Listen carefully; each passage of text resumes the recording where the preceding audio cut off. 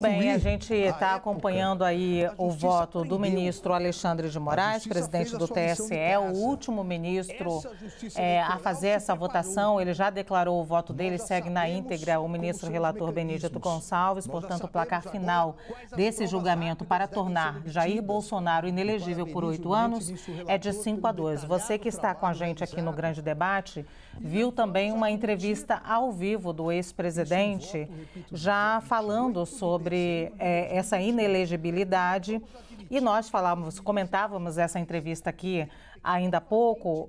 O Flávio, que está com a gente, falou que já nessa entrevista podíamos ver algumas bandeiras sobre sucessão. Bolsonaro disse ainda há pouco que não gostaria de estar inelegível, obviamente, mas, claro, fará um sucessor. Quem é essa pessoa da direita, o Poit? Lu, na minha opinião, eu já falei aqui, tem nome e sobrenome, algumas delas, mas uma delas, a principal para mim, é o governador Romeu Zema, de Minas Gerais, que já fez o mandato, que mostrou serviço e que vem mostrando a capacidade de diálogo, que eu acho que é o perfil que a direita precisa. E pode ir para o PL? Não entendo se ele pode ir para o PL ou não, Lu, mas o Zema, independente do partido, né, e ele hoje está no Partido Novo, ele demonstra capacidade de diálogo com todos os outros partidos, inclusive com o atual presidente, né, uma vez que ele está lutando por Minas Gerais. Então, é um lado da direita que eu confio, que eu acredito que tem potencial para chegar lá. Agora, as pessoas, inclusive, durante aqui o grande debate, Lu, estão comentando, estão mandando mensagem aqui no Insta, né, que a gente sempre incentiva. Poxa, aí tem os comentários, mas o sistema vai destruir qualquer um que tentar chegar lá, né? Daqui a pouco estão atacando o Zema também, Tarcísio e companhia.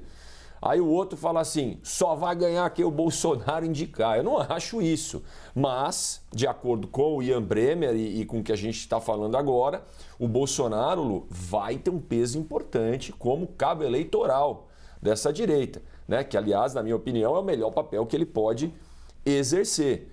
Aí o outro fala, o Tarcísio é um nome também, mas tem o que mostrar aí em São Paulo, vai ser reeleito. Então, eu trouxe aqui um pouco dos comentários, tá? De algumas pessoas que mandaram aqui no Instagram. E, por último, um falou, gente, agora vamos para frente. Né? Ele usou um termo aqui que é do jogo, né? Rei morto, rei posto, né? O Marcos Mortag. Então, vamos andar em frente. Então, Lu, eu acredito que a gente tem nomes, né? E alguns outros mandaram, como eu falei ontem aqui, outro dia aqui, olha, isso aí foi um tiro no pé. Porque isso fortalece o presidente Bolsonaro, fortalece o discurso dele agora, fortalece a direita e abre, inclusive, possibilidade para ter um líder de mais diálogo que vai ter chance de derrotar uma possível candidatura de esquerda em 2026. Muito bem, Ian Bremmer, citado aqui pelo Poit, é o presidente fundador do Eurásia Grupo, que declarou ou avaliou que o ex-presidente Jair Bolsonaro vai continuar sendo o líder mais popular da oposição ao atual governo. Bolsonaro, sem muita modéstia, hoje de manhã deu uma entrevista à Rádio Itatiaia e falou que ele é essa liderança em oposição a Luiz Inácio Lula da Silva. Eu devia até te perguntar, Poit, eu te fiz a pergunta errada, mas eu não tenho tempo para refazer agora, vou refazer para o Alessandro. O que eu devia perguntar não quem é essa liderança, mas qual o perfil dessa liderança, porque não sei se a gente pode falar em nomes exatamente agora, temos muitos nomes, mas qual o perfil dessa liderança? Esse Bolsonaro que nós vimos agora em entrevista coletiva, eloquente, aquele velho Bolsonaro, ou uma liderança um pouco mais calma? Para mim já respondeu, mas eu passo para o Alessandro, que a pergunta é para ele. Eu falo porque eu vou pensando em todos os líderes não, mas você já respondeu, Lu. É com diálogo, é uma pessoa focada na solução, mas desculpa Vai lá, Alessandro. Interromper, Alessandro. Eu acho que o que ganha a eleição é voto. Então, o Bolsonaro, ele precisa ser um cabo eleitoral forte. E para ser um cabo eleitoral forte, ele tem que incorporar o seu próprio discurso. Ele não tem muita saída com relação a isso. Aquilo que vai ser o cenário eleitoral depois, ele não tem total controle. Então, pode acontecer uma fragmentação aqui nesse período, a gente não sabe o que vai acontecer. Todo mundo parece junto nesse momento, porque você tinha lá atrás um Bolsonaro, presidente da República, utilizando a máquina pública e juntando essas forças, esses governadores bolsonaristas, eles necessitavam do Bolsonaro para serem eleitos. Aliás, teve governadores, inclusive, que lá atrás foram eleitos, depois abandonaram o Bolsonaro. A gente sabe das chapas que foram formadas lá atrás e depois não deram certo. Então, eu acho que é algo ainda muito arriscado. Eu vi uma análise que dizia o seguinte, que o Tribunal Superior Eleitoral tomou essa decisão de maneira muito precipitada. Em que sentido? Em que essa decisão deveria ter sido tomada mais lá na frente, porque agora embaralhou o jogo com um tempo para reorganização para a direita. Eu não sei se esse tempo vai ajudar ou vai fazer com que, dentro da própria direita, dentro do pensamento mais conservador e radical, você tenha uma fragmentação maior e brigas internas que vão acontecer inevitavelmente.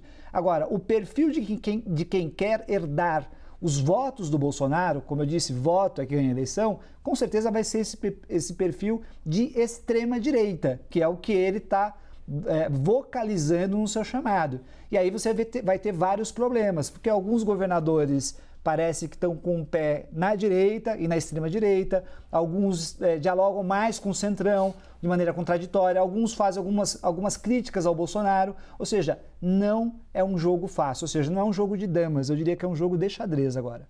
Muito bem, quem fez essa avaliação aí do tempo foi alguém de esquerda, né? Porque parece que para a direita, né, Alessandro, mesmo sabendo que vai embaralhar o jogo, eles precisam de tempo para se reorganizar em torno de um nome agora. Vou passar, inclusive, com essa pergunta para a Samantha. Samantha, não estou te ouvindo, eu não sei se você mutou o seu microfone. Perdão. Pronto.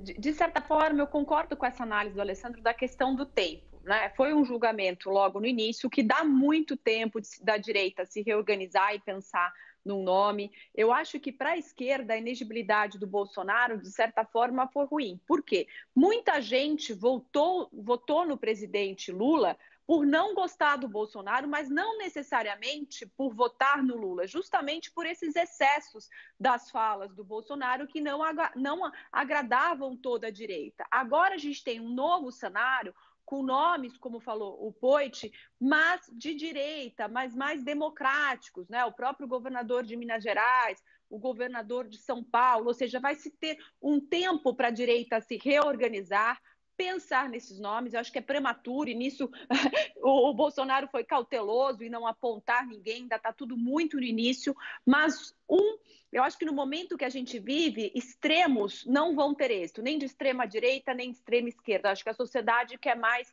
um consenso, então esses nomes que estão aí na direita vão ganhando força e vão fazer frente aí numa próxima eleição. Talvez, se o Bolsonaro fosse elegível, as chances de uma reeleição do presidente seriam maiores do que dentro de um novo cenário, até porque o presidente atual não abandonou um discurso de extrema esquerda, né? Ele continua em campanha eleitoral da mesma maneira que o Bolsonaro, o presidente também. Ele foi eleito com o discurso de criar uma frente ampla, de acabar com essa polaridade, mas não é isso que ele vem exercendo, e a prova disso é a participação dele no Foro de São Paulo, ou seja, ele também está na extrema esquerda, e talvez um nome de maior consenso tenha mais chance, mas ainda tem muita água para rolar até as próximas eleições, Lu. Flávio. De fato, se nós lembrarmos aqui do início do governo Bolsonaro, não havia sequer oposição a ele, né? A mim parece que o Bolsonaro ele perde as eleições para ele próprio. Governou mal, é responsável sim pelas mortes na Covid, dentre outros problemas que nós enfrentamos, a crise econômica, o desemprego, aliás, não é? Entretanto, é exatamente esse fator que me parece ajudará na formatação de um candidato de direita que, de fato, dialogue bem com o sistema, com o regime democrático. Então, eu concordo que Zema é um nome forte nesse sentido, porque Tarcísio, inclusive, já anunciou que vai tentar a reeleição em São Paulo. E, de fato, ele precisa mostrar serviço, como foi dito aqui agora há pouco também. Então, eu acho que a direita ganha, sim, um tempo para se reorganizar.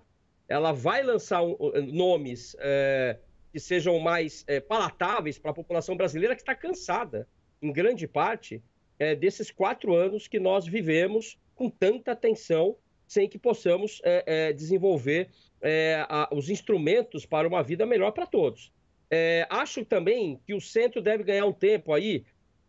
Talvez a Simone Tebet seja uma candidata interessante para os próximos anos, né? Então, de fato, esse discurso mais radicalizado será mantido.